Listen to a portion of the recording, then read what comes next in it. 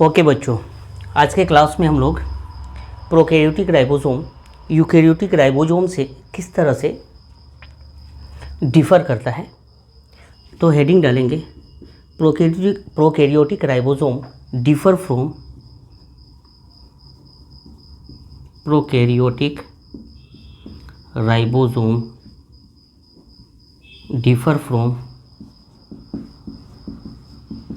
differ from eukaryotic ribosome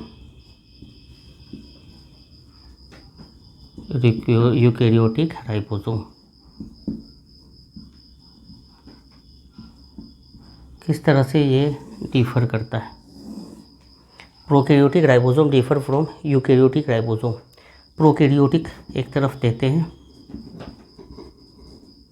prokaryotic, और दूसरी तरफ हम लोग मेंशन करते हैं यूकैरियोटिक राइबोसोम।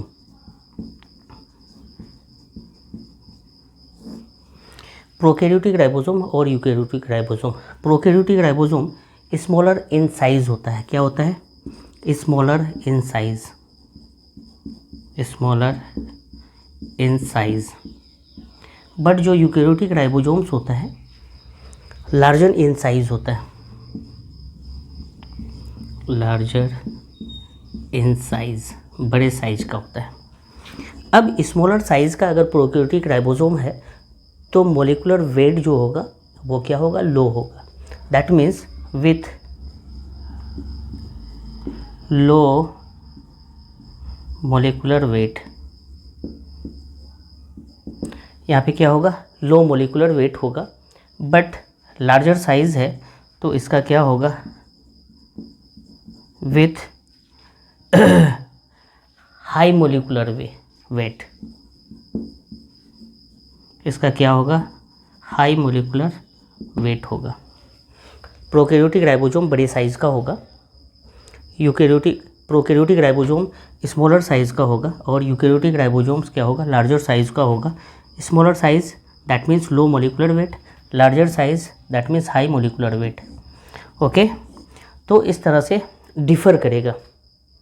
कंपोजिशन की अगर बात करें तो प्रोकैरियोटिक आरएनए, प्रोकैरियोटिक राइबोसोम जो होगा जिसका कंपोजिशन होगा आरएनए और दूसरा कंपोजिशन में आएगा प्रोटीन। तो आरएनए की अगर बात करेंगे तो आरएनए अप्रोक्स 60% होगा कंपोजिशन में, और प्रोटीन जो होंगे वह अप्रोक्स कितना होगा? 40% होंगे। यहीं पे अगर यूकैरियोटिक आरएनए की बात करें, यूकैरियोटिक राइबोसोम्स की अगर कंपोजिशन की बात करें तो ये किस तरह से होगा? 50% प्रोटीन और 50% आरएनए। कितना होगा? आरएनए अप्रोक्स 50% और प्रोटीन जो होगा ये भी क्या होगा? Approx 50%। That means composition RNA और प्रोटीन प्रोकैरियोट्स में रेशियो कम बेस होगा। 60% आरएनए राइबोसोमल आरएनए और 40% क्या होगा? प्रोटीन होगा। बट अगर यूकैरियोटिक राइबोसोम की बात करेंगे तो आरएनए 50% और प्रोटीन भी क्या होगा? 50%। अब ये जो प्रोकैरियोटिक आरएनए है ये 70S आरएनए होता है। प्रोकैरियोटिक आरएनए, प्रोकैरियोटिक राइबोसोम किस तरह का होता है? 70S राइबोसोम्स होता है, जिसमें स्मॉलर सब यूनिट जो होता है 30S होती है, और लार्जर सब यूनिट जो होता है यहाँ पे 50S। S stands for Svedberg unit. तो यहाँ पे प्रोकैरियोटिक राइबोसोम्स जो होता है 70S राइबोसोम्स होता है। यहीं पे यूकैरियोटिक राइबोसोम्स की अगर बात करेंगे तो ये 80S राइबोसोम्स होती है। स्मॉलर सब यूनिट 40S होता है, और जो लार्जर सब यूनिट होता है 60S होता है। अब यहाँ पे ध्यान देंगे, सर ये प्रोकैरियोटिक राइबोसोम 70S है तो स्मॉलर सब यूनिट 30 और लार्जर सब यूनिट 50, दोनों को अगर कंबाइन करें तो 50-30 80 होना चाहिए। तो 80 नहीं बल्कि स्मॉलर सब यूनिट और लार्जर सब यूनिट में 10 यहाँ पे क्या होता है? कॉमन हो जाता है। 10S कॉमन हो जाता है, इसीलिए 10 घट जाता है। 50 और 30 80 होना चाहिए, 10 यहाँ पे कॉमन हो जाता है स्मॉलर और लार्जर का, तो यहाँ पे 70 हो जाता है। यहाँ पे इस तरह से देखेंगे स्मॉलर सब यूनिट और लार्जर सब यूनिट, इस तरह से यहाँ पे एस क्या होता है, कंबाइन हो जाता है स्मॉलर और लार्जर के बीच में।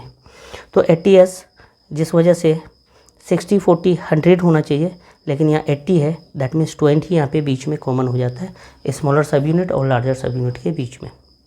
तो प्रोकैरियोटिक राइबोसोम छोटे साइज का, लो मोलिकुलर वेट, है ना। यूकैरियोटिक राइबोसोम लार्जर साइज का, हाई मोलिकुलर वेट। यहाँ पे प्रोकैरियोटिक राइबोसोम्स जो होता है 70s राइबोसोम्स, और यूकैरियोटिक राइबोसोम्स जो होता है 80s राइबोसोम्स। यहाँ पे 80s या फिर 70s S stands for Svedberg unit, इसको बोलते हैं यूनिट ऑफ मेजरमेंट, या फिर कहते हैं unit of sedimentation coefficient, measurement of sedimentation coefficient.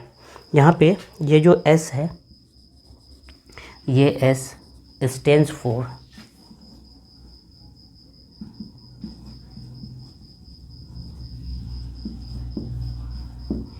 S stands for Svedberg unit. क्या बोलते हैं, श्वेदबर्ग यूनिट, या फिर इसको क्या बोलते हैं, और सेडिमेंटेशन कोफिशिएंट, या फिर क्या बोलते हैं, यूनिट ऑफ मेजरमेंट। श्वेदबर्ग यूनिट बोल सकते हैं या फिर यूनिट ऑफ मेजरमेंट बोल सकते हैं, unit of measurement, unit of measurement.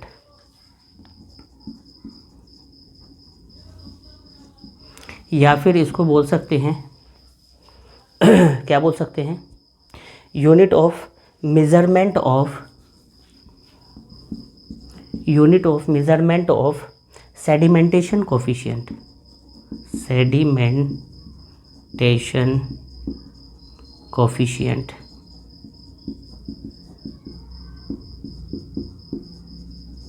Sedimentation coefficient बोलते हैं। जैसे क्या कहेंगे कि सर्फ हम लोग क्या करते हैं, जब पानी में सर्फ मिलाते हैं तो उसको क्या करते हैं, सर्कुलेट करते हैं, राउंड अप करते हैं। दैट मीन्स जो भी सर्फ का मॉलिक्यूल्स है हर जगह होमोजेनस फॉर्म्स में मिले, बट इतना स्पीड देना है कि वो नीचे अस्थिर हो जाए। उस स्पीड को बोलते हैं unit of measurement of sedimentation coefficient, नीचे की तरफ चल जाए इतना स्पीड दे, वो होता है श्वेदबर्ग unit. Stands for Svedberg unit, या फिर कह सकते हैं unit of measurement of sedimentation coefficient.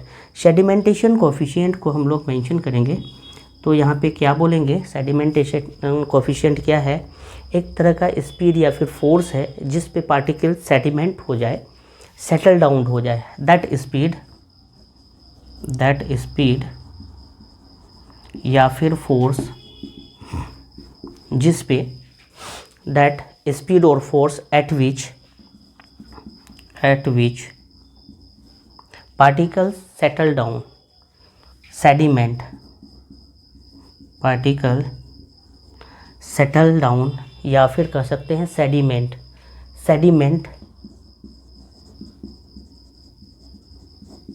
और सेडिमेंट और सेटल्ड।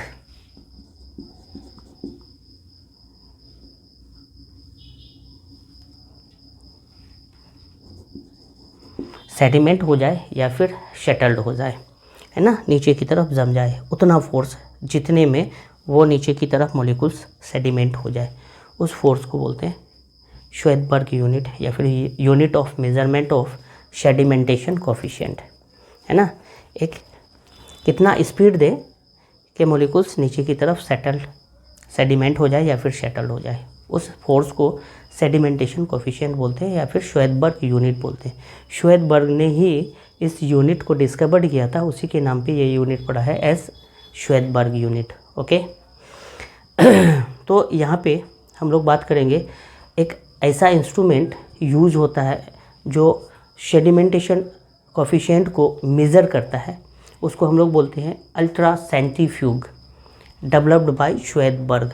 तो हम लोग यहाँ पे देखेंगे, जी हाँ, तो यहाँ पे हम लोग एक इंस्ट्रूमेंट जिस भी यहाँ पे सेडिमेंटेशन कोफिशिएंट को नापा जाता है, मेज़र किया जाता है, उस यूनिट को हम लोग क्या बोलते हैं, अल्ट्रा सेंट्रीफ्यूग बोलते हैं। instrument used to measure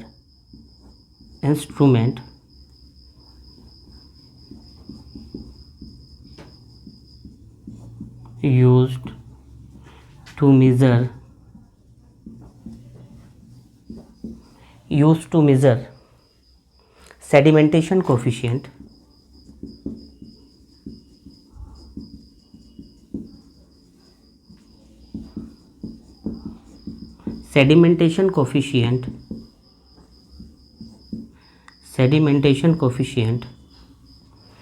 उस इंस्ट्रूमेंट को क्या बोला जाता है? Ultra centrifuge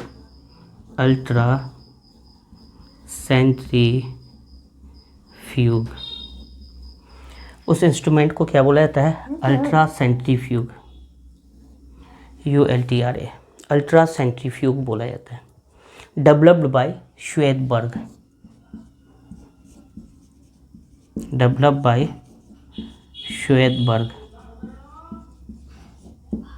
okay. ये जो इंस्ट्रूमेंट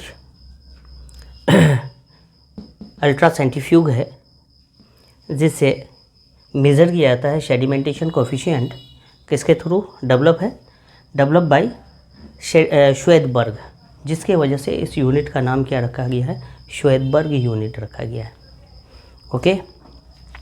उसके बाद राइबोसोम में की ओरिजिन की अगर बात करें तो प्रोकैरियोट्स में और यूकैरियोट्स में किस तरह से कहाँ पे होती है देखते हैं।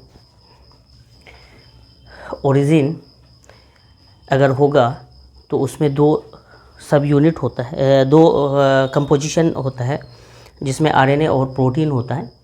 तो आरएनए कहाँ पे और प्रोटीन कहाँ पे सिंथेसिस होती है, ओरिजिन होता है, वो चीज़ को हम लोगों को देखना है।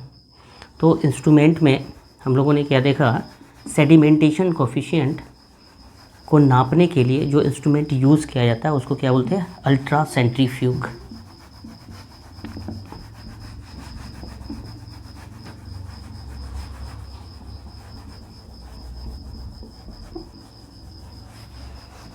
क्या बोला जाता है? Ultra centrifuge. ओरिजिन देखेंगे, राइबोसोम का origin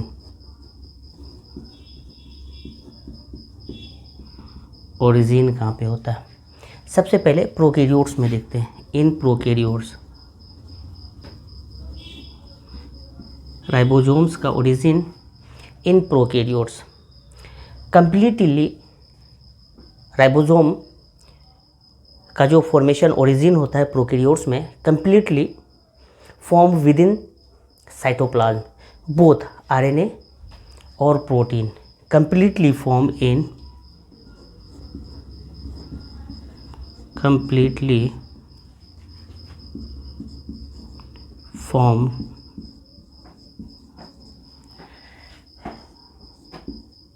in prokaryotes. Ribosomes are completely formed within cytoplasm.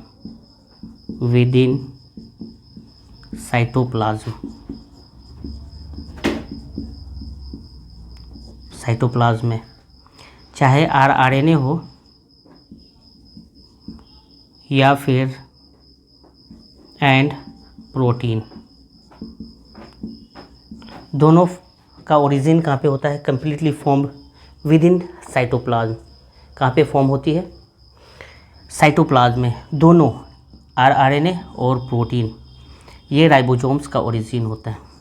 ये राइबोसोम्स है, अंदर में इस तरह से क्या है? आरएनए।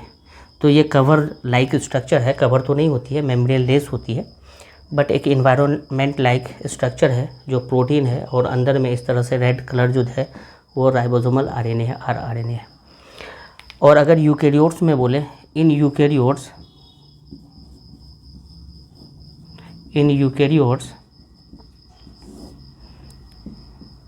राइबोसोम्स की ओरिजिन कहाँ पे होती है? यूकैरियोट्स में कुछ पार्ट न्यूक्लियोप्लाज्म में होती है और कुछ पार्ट कहाँ पे होती है?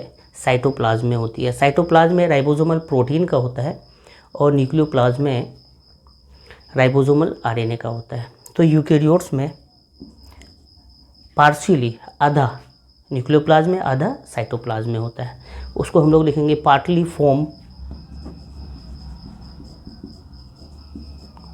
फॉर्म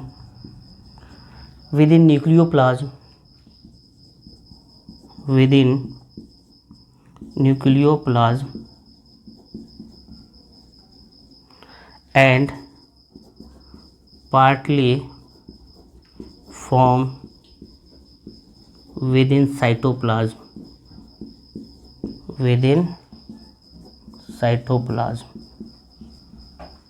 अब यहाँ पे अगर न्यूक्लियोप्लाज्म की बात करें तो न्यूक्लियोप्लाज्म में राइबोसोमल आरएनए का फॉर्मेशन होता है, आरआरएनए,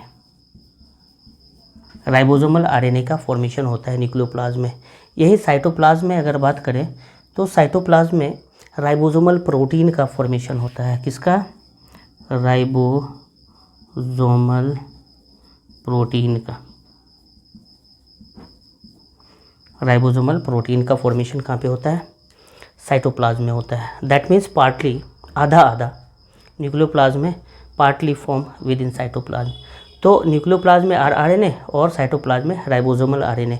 यही तो कंपोजिशन देखा था, chemical composition of ribosome.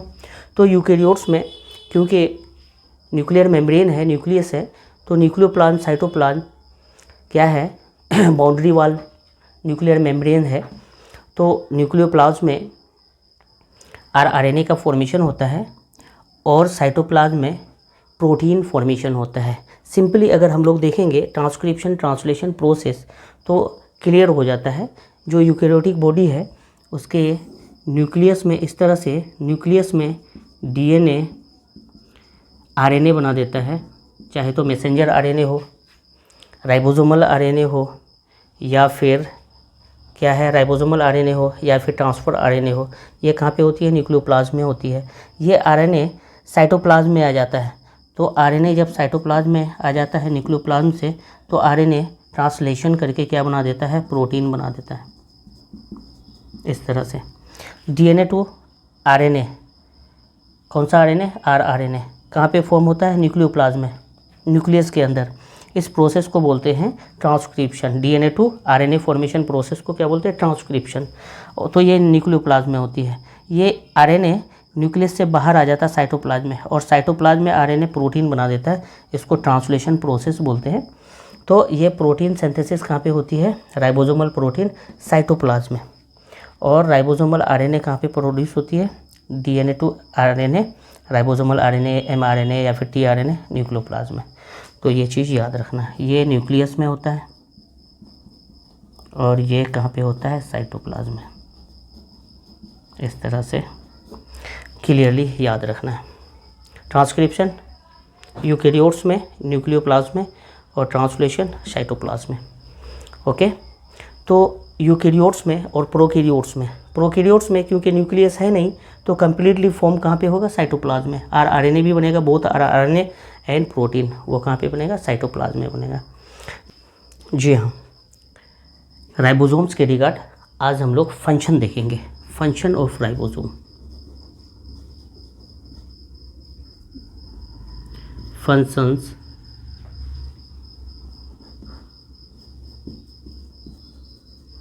Of ribosome.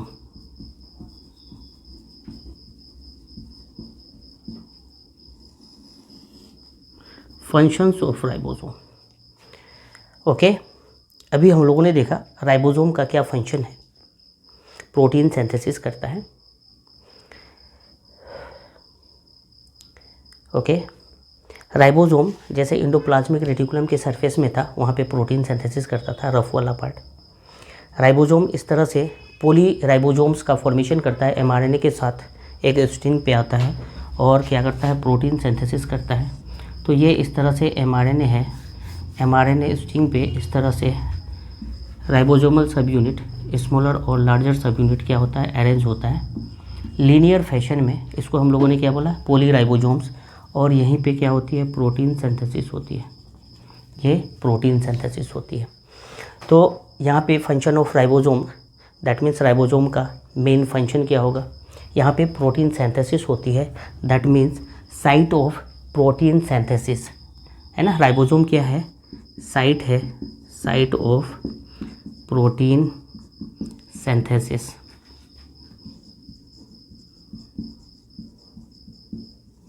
Ribosome को क्या बोलते हैं? Protein factory of the cell, that means protein synthesis करता है। तो ribosome site of protein synthesis है। प्रोटीन कहने का मतलब प्रोटीन जो क्या होता है? स्ट्रक्चरल और फंक्शनल। प्रोटीन कैसा? स्ट्रक्चर भी है, structural and functional. Structural and functional, ये प्रोटीन क्या है? Structural functional, produced by free ribosomes. ये स्ट्रक्चरल एंड फंक्शनल प्रोटीन का जो सिंथेसिस करता है कौन? राइबोसोम। वो प्रोड्यूस कहाँ पे होती है? Free ribosomes. ये फ्री राइबोसोम्स के थ्रू होती है, जो साइटोप्लाज्म में फ्रीली मूव करता है, प्रोड्यूस बाय फ्री राइबोसोम। और जो फ्री राइबोसोम्स के थ्रू प्रोटीन सिंथेसिस होती है are generally utilize within the cell, उसी सेल में यूज हो जाती है। Are generally utilized within the cell, उसी सेल में इसका यूज हो जाता है, विद इन द सेल, है ना।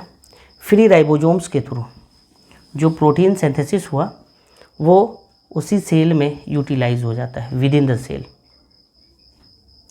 और दूसरा, जैसे राइबोसोम एंडोप्लाज्मिक रेटिकुलम के सरफेस में है, जहाँ पे भी अटैच है, वो क्या होती है? एक्सोसाइटोसिस के थ्रू वो प्रोटीन बाहर चल जाता है, ट्रांसपोर्ट हो जाता है, generally transported out of the cell by the process of exocytosis. Proteins यहाँ पे भी बोलेंगे structural and functional, structural and functional.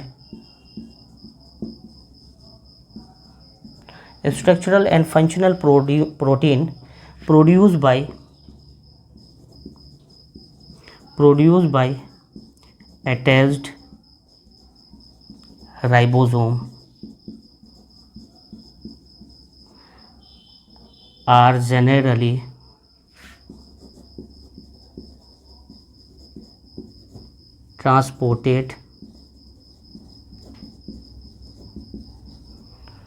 transported out of the cell by the process of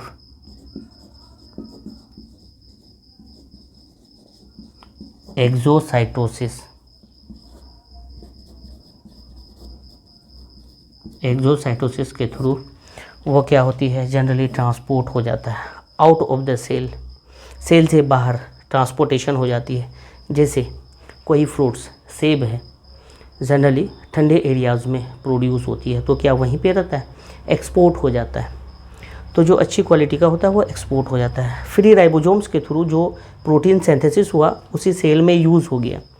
और जो प्रोटीन सिंथेसिस होती है अटैच्ड राइबोसोम के through, वो क्या होती है? जनरली ट्रांसपोर्ट होता है, transported out of the cell by the process of exocytosis.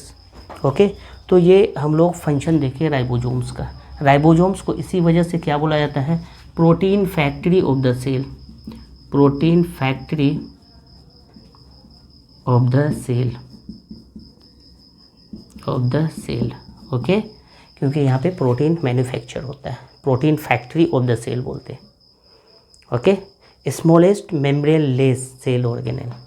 Next जो मेम्ब्रेन लेस सेल ऑर्गेनेल देखेंगे वो होगा सेंट्रोजोम।